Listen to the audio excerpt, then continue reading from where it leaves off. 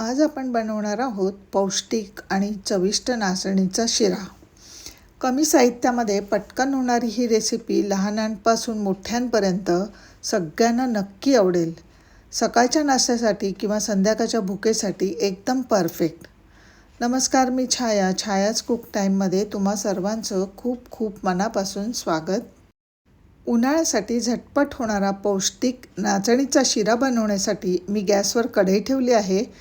आता इथे मी अर्धा वाटी साजूक तूप घेतलेलं आहे। या तुपातलं मी 2-3 चमचे तूप शिल्लक ठेवणार आहे आणि बाकीचं तूप कढईत घालणार आहे। एकाच वेळेला सगळं तूप घालत नाही आहे। आता तुपामध्ये घालूया 1 वाटी नाचणीचं पीठ। इथे मी पाव वाटी बेसन घालणार आहे आणि पाव वाटी जाड रवा घालणार आहे। गॅसची फ्लेम लो ठेवून ही सगळी पिठं छान भाजून घेऊया। शिरा करताना असं त्यात थोडं बेसन घातलं म्हणजे मग शिऱ्याची चव आणखीनच वाढते आणि रवा घातल्यामुळे शिऱ्याला चांगलं टेक्स्चर येतं। बेसन भाजल्यावर जसं रंगामध्ये फरक जाणवतो तसं नाचणीचं पीठ भाजताना जाणवत नाही, पण खमंग सुगंध नक्कीच यायला लागतो। आता पिठात असे गोळे होतात तेही मी मोडून घेते। हे पीठ संपूर्ण भाजून होईपर्यंत मी दुसऱ्या गॅसवर दूध आणि पाण्याचं मिश्रण गरम करायला ठेवणार आहे। मी इथे एका भांड्यात 1 वाटी पाणी आणि 2 वाट्या दूध घेते। तुम्ही संपूर्ण दूध किंवा संपूर्ण पाणी घेऊ शकता।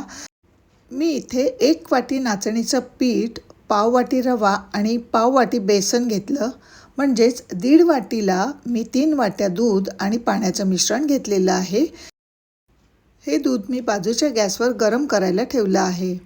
आता पीठ भाजून मला जवळजवळ 10 मिनिटं झाली आहेत। मला मिश्रण थोडं कोरडं वाटतंय आणि मी 2 चमचे तूप यात घालून घेते आणि पुन्हा आपण हे थोडा वेळ भाजून घेऊ।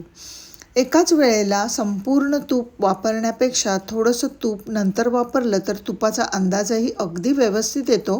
आता उरलेलं संपूर्ण तूप यात घालून पिठामध्ये छान मिक्स करून घेऊया। साधारण 2 मिनिटं भाजल्यावर याला तूप सुटायला सुरुवात झाली आहे। पीठही हलकं झालेलं आहे, तर पीठ आपल्या अगदी व्यवस्थित भाजून झाले। शेवटी मी यात थोडेसे बदाम, काजूचे काप घालणार आहे। ते देखील पिठाबरोबर परतून घेऊया। बदामाचे कापही अगदी व्यवस्थित परतून झाले तेव्हा आपण यात गरम गरम दूध घालून घेऊ। एका हाताने दूध ओतायचं आणि दुसऱ्या हाताने ढवळत राहायचं म्हणजे गुठळ्या होत नाहीत। हे पीठ अगदी व्यवस्थित मिक्स करून घेतलेलं आहे। आता 1 मिनिट याला झाकण ठेवून वाफ देऊन घेऊ। आता इथे पीठ व्यवस्थित शिजलेलं आहे। सगळ्यात शेवटी मी 1 वाटी बारीक चिरलेला गूळ घालून घेणार आहे। तुम्हाला जर गुळाच्या ऐवजी साखर घालायची असेल तर 1 वाटी साखर घालू शकता, पण गुळामुळे अधिक पौष्टिक होतो। गूळ अगदी छान विरघळेपर्यंत आपण हे परतून घेऊया। गूळ अगदी व्यवस्थित विरघळलेला आहे तर अर्धा चमचा वेलची जायफळ पूड घालूया। तीही अगदी व्यवस्थित मिक्स करून घेऊ। तर इथे आपला परफेक्ट नाचणीचा शिरा तयार झालेला आहे। आता एका वाटीला मी तूप लावून घेतलं, यात थोडे काजू बदामचे काप घालून घेतले आणि आता यात शिरा घालून घेऊ। हा शिरा करताना मी नाचणीचं पीठ वापरलेलं, म्हणूनच थोडंसं रवा टेक्स्चर येण्यासाठी मी यात रवा घातलेला आहे। नाही वापरला तरी चालू शकतो, शिवाय बेसन घातल्यामुळे याला खूप छान स्वाद येतो। तेही तुम्हाला नको असेल तर स्किप करू शकता। तुम्ही बघू शकता इथे आपला परफेक्ट शिरा तयार झालेला आहे। चवीला अतिशय सुंदर लागतो आणि करायलाही खूपच सोपं आहे। अगदी लहान मुलांपासून वृद्धांपर्यंत सगळ्यांना फायदेशीर असा हा मऊसूत शिरा नक्की ट्राय करून बघा।